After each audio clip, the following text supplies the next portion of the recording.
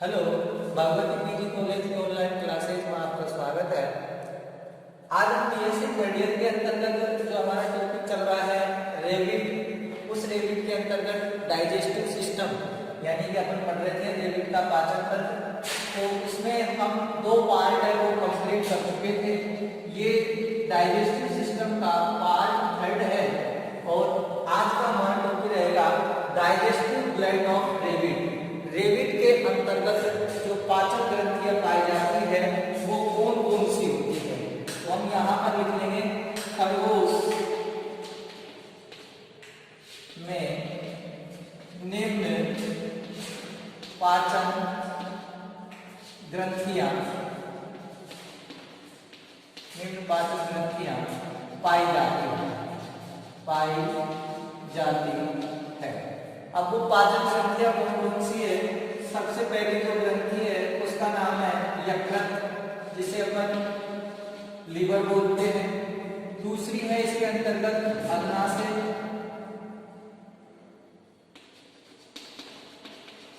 अग्नाशय, जिसे अपन पैंक्रियास बोलते हैं। और तीसरी आपके इसके अंतर्गत है लाल ग्रंथि, जिसे सिलिवेरी ग्लैंड बोलते हैं।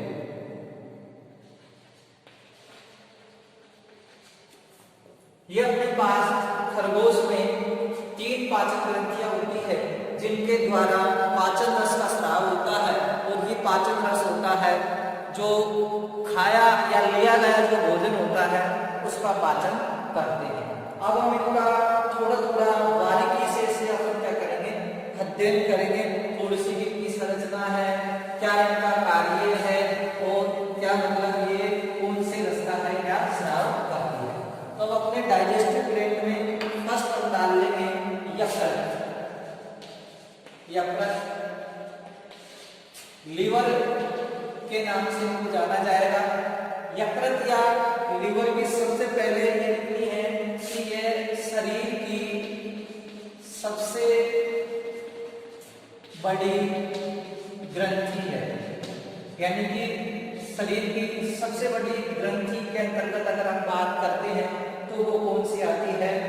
यकृत आती है, जो एक गहरे लाल रंग की, इसकी जो स्थिति होती है कैसी होती है?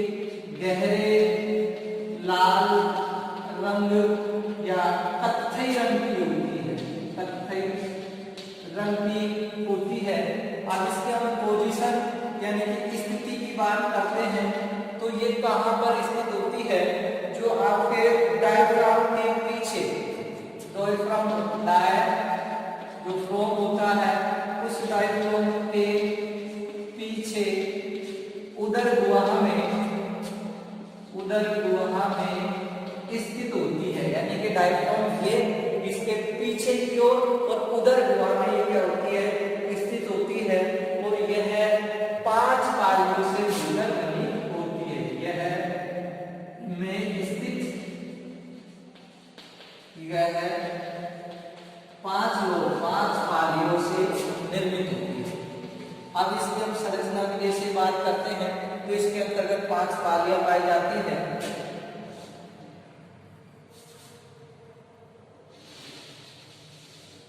एक लोब तो इसके अंतर्गत ये है, दूसरी लोब ये है, फिर इसके बाद में तीसरी लोब ये है और चौथी लोब इसके अंतर्गत ये है और एक लोब इसके अंतर्गत ये यहाँ ऐसे।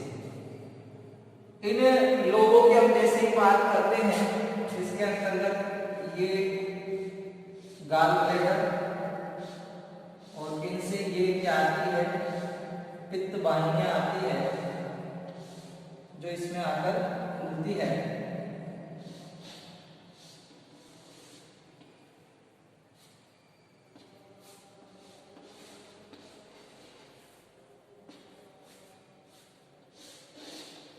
ये इस प्रकार से कुछ इसकी संरचना होती है। उस संरचना के अंतर्गत हम जैसे बात करते हैं तो कौन कौन सी पाली होती है? सबसे पहले ये पाली का नाम है काउजेट पाली,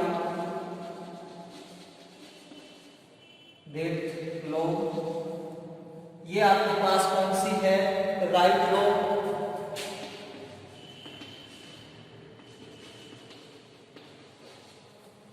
ये आपके पास राइट सेंट्रल लोब।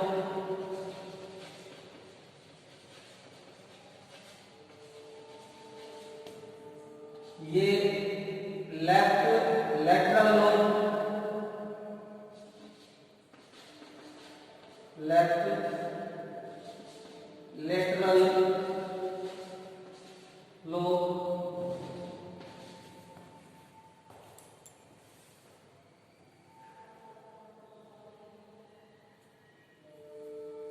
और एक होती है इसके अंतर्गत स्पिंजियल लोब।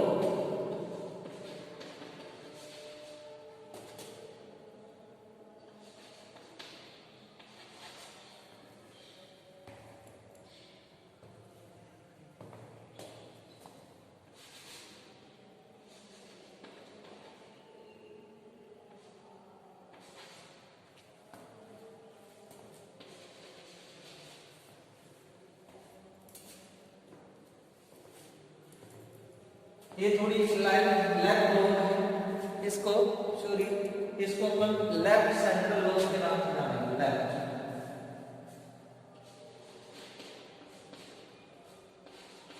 तो ये 5 पालियां इसके अंतर्गत पाई जाती हैं। ये क्या है, गॉल ब्लैडर है,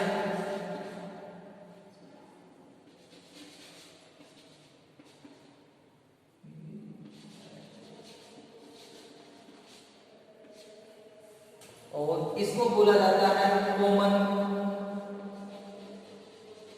वाइल डक्ट। ये आपके पास स्पेंजियल लोब है। तो ये 5 लोब इसके अंतर्गत हो गई। एक तो कौन सी है, लेफ्ट लोब, फिर है sorry right lobe. Right lobe का मतलब हो गया दाईं पाली। ये बाईं पाली है, ये बाईं पार्श्व पाली है, और ये क्वाड्रेट पाली है, और ये कौन सी है, स्पिंजियल लोब। ये 5 पालियां हैं जो खरगोश का यकृत होता है उसके अंतर्गत पाई जाती है। और अगर अपन मनुष्य की अगर बात की जाए तो मनुष्य का जो यकृत होता है वैसे तो द्विपालिक होता है, परंतु जो दूसरी पाली होती है वो भी क्या है, एक पाली में डिवाइड रहती है। तो यह शरीर की सबसे बड़ी ग्रंथि है, गहरे लाल रंग की कंधी ग्रंथि है, डायफ्राम के पीछे उधर गुहा में ये स्थित होती है, और इसकी संरचना इस प्रकार से होती है। इन प्रत्येक लोब से क्या निकलती है, यकृत वाहिनी निकलती है, और वो जो यकृत वाहिनी है जिसके अंतर्गत यकृत रस होता है। अब ये जो यकृत वाहिनियां हैं अपने यकृत रस को स्टोरेज रखती है गॉल ब्लैडर में, यानी कि पित्ताशय में, और पित्ताशय भी यकृत वाहिनी के द्वारा बाहर उठता है। अब ये सभी जो वाहिनियां मिलकर जो वाहिनी का नाम दे दिया जाएगा उसको कॉमन बाइल डक्ट दे दिया जाएगा, यानी कि उसको सामान्य यकृत नलिका होगी। और ये यकृत नलिका होती है वो कहाँ खुलती है, ग्रहणी में खुलती है।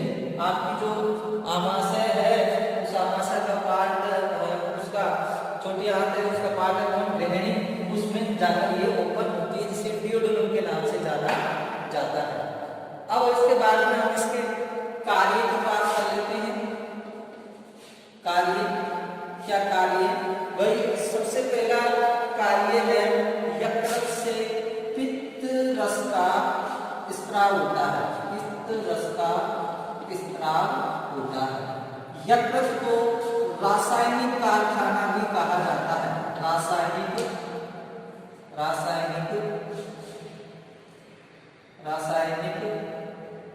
कारखाना भी कहा जाता है। रासायनिक कारखाना क्यों कहा जाता है, क्योंकि इसके अंतर्गत बहुत सारे एंजाइमों का निर्माण होता है, इसलिए रासायनिक कारखाना भी कहा जाता है। इसके द्वारा जो पित्त रस है उस पित्त रस का क्या होता है, स्त्राव होता है, यानी कि पित्त रस को जैसे पढ़ते हैं तो पित्त रस, और पित्त रस क्या है, क्या है, क्षारीय द्रव है। और क्षारीय द्रव होने के साथ साथ इसकी जो विशेषता है, इसके अंतर्गत एक तो Na2CO3 सोडियम कार्बोनेट, पित्त लवण इसके अंतर्गत पाए जाएंगे, और पित्त वर्णक बिलुवर्डीन है, ये इसके अंतर्गत पाए जाएंगे। साथ ही इसके अंतर्गत कोलेस्ट्रॉल भी इसके अंतर्गत पाए जाते हैं। ये पदार्थ होते हैं जो इसके अंतर्गत पाए जाते हैं, इसके अंतर्गत पित्त रस के अंतर्गत। अब हम यहाँ से आगे बढ़ेंगे हम पित्त रस के कार्य। पित्त रस के क्या क्या कार्य होते हैं? सबसे पहले तो इसका कार्य होता है आमाशय रस की क्रिया को रोकता है, क्रिया को रोकता है। क्यों रोकता है वो भी आपको हम बताते हैं। आमाशय की जो रस होती है उसकी क्या करता है, ये क्रिया को रोकने का कार्य करता है। जैसे ये इसोफेगस और ये क्या है, आमाशय। अब इस आमाशय रस के बाद में यहाँ से आगे इसका क्या है, गालपेटस, और ये इसकी क्या है, डिओड्रम। और इस डिओड्रम के अंतर्गत ये कॉमन बाइंड करता है, क्या हो जाती है, वही ओपन हो जाती है। अब यहाँ अगर आमाशय रस आ रहा है तो इसकी क्रिया क्यों होने देगा, वही आमाशय के अंतर्गत यहाँ भोजन आया, यहीं स्राव कर, यहीं आप क्रिया करो।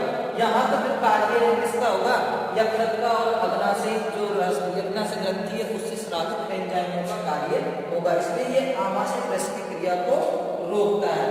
साथ ही ये क्या दूसरा पित्त रस का कार्य है, जो भोजन है उस भोजन का जैसे आमाशय से निकलता है तो एक लुब्बी जैसी संरचना बन जाती है, जिसे काइन के नाम से बनाता है। तो काइन को क्षारीय बनाता है, क्या बनाता है, क्षारीय बनाता है, जिससे आपके पैंक्रियाज रस होता है, पैंक्रियाज जूस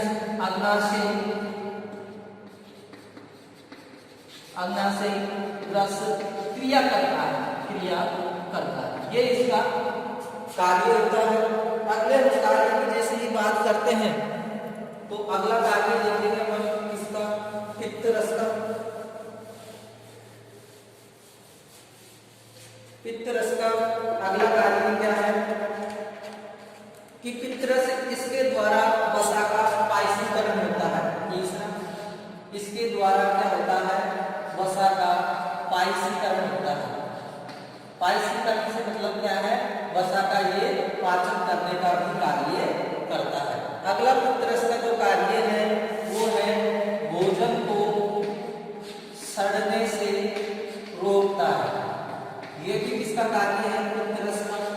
अगला कार्य क्या है, भोजन के अंतर्गत जो विटामिन के और वसा में घुलनशील विटामिन को क्या करता है, अवशोषण करता है। पित्त रस में उपस्थित पित्त लवण विटामिन के और वसा में घुलनशील कौन से, बी और सी, इनका क्या करता है, अवशोषण करता है। नेक्स्ट हम अगर कार्य की बात करते हैं तो ये क्या करता है, भोजन को पाचन का कार्य करता है। आगे इसके बाद में पित्त लवण के बाद में हम फिर इसके कार्य पढ़ेंगे यकृत के अंतर्गत जो क्रिया होती है, एक क्रिया का नाम है ग्लूकोजेनेसिस, ग्लाइकोजेनेसिस।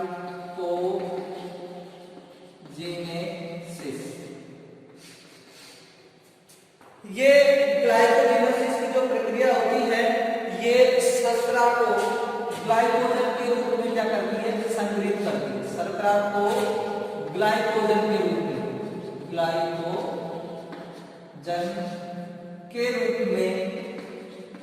संग्रहित करती है।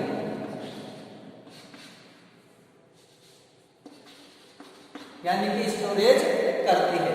उसके बाद में नेक्स्ट जो प्रोसेस होती है इसके अंतर्गत यकृत का कार्य होता है, वो होता है ग्लाइकोजेनोलाइसिस।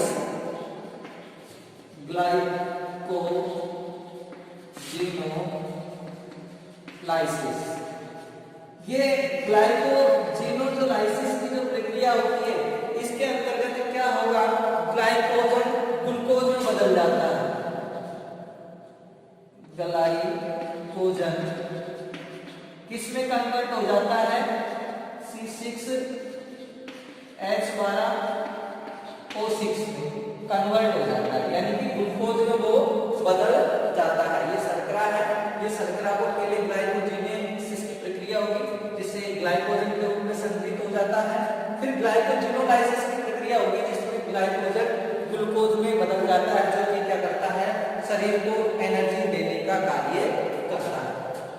अगला यकृत का जो कार्य होता है वो कार्य है कि यकृत सेल ग्लूकोज को वसा के में परिवर्तित कर देती है। जो यकृत सेल होती है वो इसको सेल ग्लूकोज को वसा में परिवर्तित कर देती है। इसका मतलब एडिपोज ऊतक या एडिपोज जो टिश्यू होता है उसमें क्या कर देती है, परिवर्तित कर देती है। उसके बाद में जो केरोटिन प्रोटीन होता है, केरोटिन, तो केरोटिन से विटामिन ए का संश्लेषण, केरोटिन से विटामिन ए का संश्लेषण कौन करती है, लीवर सेल करती है, लीवर सेल। यानी कि यकृत कोशिकाएं जो होती है केराटिन प्रोटीन से विटामिन ए का क्या कर लेती है, संश्लेषण कर लेती है। उसके बाद में जैसे आगे चलते हैं तो यकृत से यूरिया का संश्लेषण भी होता है। जो यकृत है उस यकृत से यूरिया का संश्लेषण क्या करती है, यूरिया का निर्माण। देखिए यूरिया निर्माण, यानी कि यूरिया निर्माण में किस प्रकार से होता है, इसके अंतर्गत जो अमोनिया होती है वो CO2 की उपस्थिति में क्रिया करके एक एंजाइम है, उस एंजाइम का नाम है यूरिएज एंजाइम होता है। ये यूरिएज एंजाइम रिएक्शन करता है और रिएक्शन करके ये बना देता है +H2, यानी कि यूरिया का क्या कर देता है, ये निर्माण कर देता है।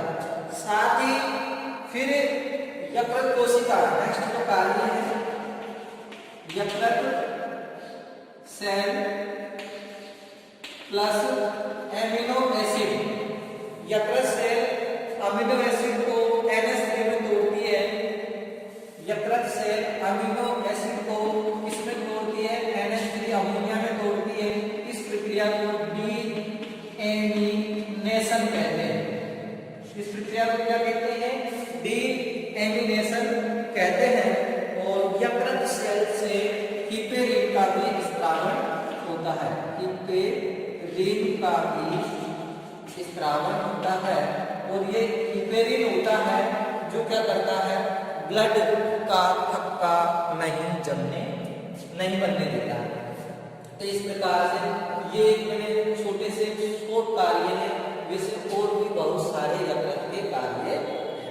अब हम आगे चलते हैं, नेक्स्ट हमारी जो ग्लैंड है उस ग्लैंड का नाम क्या है, अग्नाशय, यानी कि पैनक्रियाज ग्लैंड।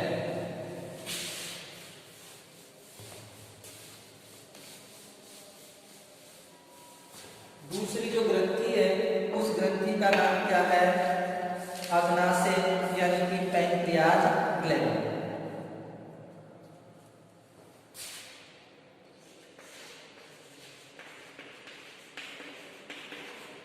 अग्नाशय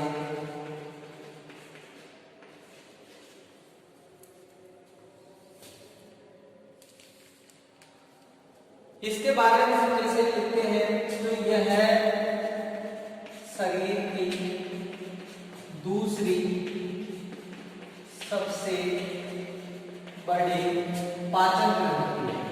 यह शरीर की दूसरी सबसे बड़ी पाचन ग्रंथि है और यह एक अनियमित गुलाबी रंग की होती है। अनियमित गुलाबी रंग की होती है। यानी कि गुलाबी रंग से यहाँ तात्पर्य है कि इसका कोई मतलब आकार नहीं होता है, अनियमित गुलाबी रंग की होती है। और इसकी स्थिति या पोजीशन की हम जैसे ही बात करते हैं तो ये इसोफेगस या आपके पास क्या है आमाशय, और यहाँ इस प्रकार से जो अपने रेबिट को देखा था, रेबिट के अंदर डाइजेशन सिस्टम को जैसे हमने पढ़ा था, तो यहाँ पर ये जो ग्रैनी है यहाँ पर इसमें क्या पाई जाती है, इस प्रकार से स्थिति पाई जाती है। और ये इससे पैंक्रियाज की डक्ट निकलती है, और इस पैंक्रियाज डक्ट से जो अग्नाशय रस होता है वो ग्रैनी के ऊपर हो जाता है, और यही आकर आपकी कौन सी थी, कॉमन बाइल डक्ट, यकृत वाहिनी। तो इस प्रकार से ये दोनों जो ग्रंथियां होती है वो कहाँ होती है, ग्रैनी में होती है। जो ग्रैनी का जो लूप होता है कहाँ स्थित होती है, ग्रैनी के लूप में स्थित होती है। कौन, अग्नाशय ग्रंथि। उसके बाद में यकृत में भी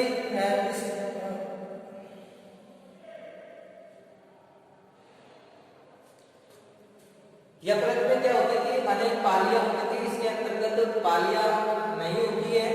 साथ ही अगर हम बात करते हैं तो ये भी क्या है कि अंतःस्रावी एवं बहिःस्रावी, एंडोक्राइन एंड एक्सोक्राइन दोनों तरह की क्या होती है, ग्रंथियां होती है। और इससे जो स्राव होता है वो होता है अग्नाशयी रस का, अग्नाशयी रस, जिसे पैंक्रियाज जूस के नाम से जाना जाता है। अब इस पैंक्रियाज रस के क्या है, कार्य। सबसे पहले हम अगर कार्य की बात करते हैं तो इसके द्वारा एक हार्मोन है, और उस हार्मोन का नाम क्या है, इंसुलिन हार्मोन है। और ये इंसुलिन हार्मोन होता है, इसके अंतर्गत इसकी संरचना में पाई जाती है बीटा सेल। उन बीटा सेल से स्रावित होता है, और ये ग्लूकोज को ग्लाइकोजन के रूप में, ग्लूकोज को ग्लाइकोजन के रूप में संचय करता है। क्या करता है, वो संचय करता है। इसके बाद में इसका दूसरा कार्य होता है ग्लूकागोन। ये भी एक हार्मोन होता है ग्लूकागोन, जो कि इसके अंतर्गत अल्फा सेल होती है। इसके अंतर्गत अग्नाशय ग्रंथि के अंतर्गत जो अल्फा सेल होती है उनसे स्रावन होता है, और ये ग्लूकोज को, ग्लाइकोजन को ग्लूकोज के रूप में संग्रहित करता है। या अपन कह सकते हैं ये ग्लाइकोजन को किसमें कन्वर्ट कर देता है, ग्लूकोज में परिवर्तित कर देता है। साथ ही इसके अंतर्गत ट्रिप्सिन, एमाइलेज, ट्रिप्सिन हो गया, एमाइलेज हो गया, लाइपेज हो गया। लाइपेज, ट्रिप्सिन तो किसका करता है, प्रोटीन का, एमाइलेज किसका करता है, कार्बोहाइड्रेट का, और लाइपेज किसका करता है, फेट यानी कि वसा का। तो इस प्रकार से ये क्या करती है, पाचन का कार्य करती है। तो ट्रिप्सिन, एमाइलेज और लाइपेज इन तीनों का क्या करती है, पाचन का कार्य करती है। कौन, अग्नाशय ग्रंथि। और इससे ये इंसुलिन और ग्लूकागोन हार्मोन भी स्रावित होता है। ये इसकी संरचना में बीटा सेल होती है, उनसे स्रावित होता है, और ग्लूकोज को ग्लाइकोजन के रूप में क्या करता है, संचय करता है, तोड़ता है। और ये ग्लूकागोन होता है जो ग्लूकोज को, ग्लाइकोजन होता है उसको क्या करता है, ग्लूकोज में, ग्लाइकोजन को ग्लूकोज में परिवर्तित करने का कार्य करता है। तीसरी अब अपने पास लास्ट आती है, उसे मैं बता चुका हूँ, फिर भी आपको एक मेमोरी में ला देता हूँ, और उसका नाम है लाल ग्रंथि, जिसे स्लेवरी ग्लैंड के नाम से जाना जाता है। और उसको मैं आपकी जो मुख गुहा होती है उसके अंतर्गत बता चुका हूँ, बकल कैविटी के अंदर। और ये यहां से देखेंगे अपन इसकी लाल ग्रंथियां, तीसरी है लार ग्रंथि।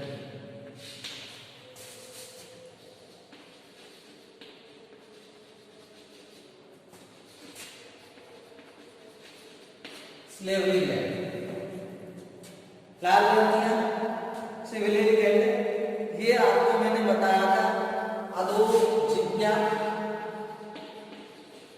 अधोजिह्वा, अधोहनु,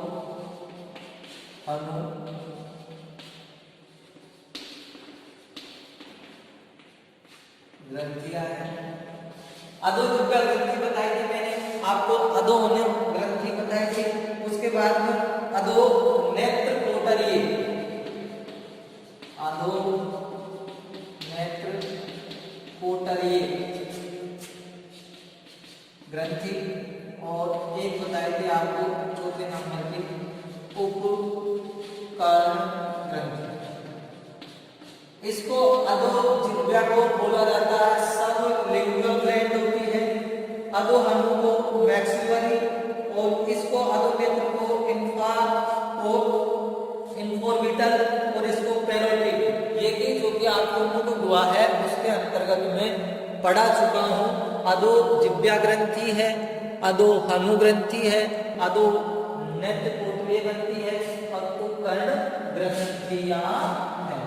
तो ये जो ग्रंथियां हैं मुख गुहा के अंतर्गत पाई जाती है, और इनसे क्या होता है, लार का स्रावन होता है, और ये जो लार होता है भोजन को क्या करता है, लुगदी बनाने में या उसको पचाने में सहायक होता है।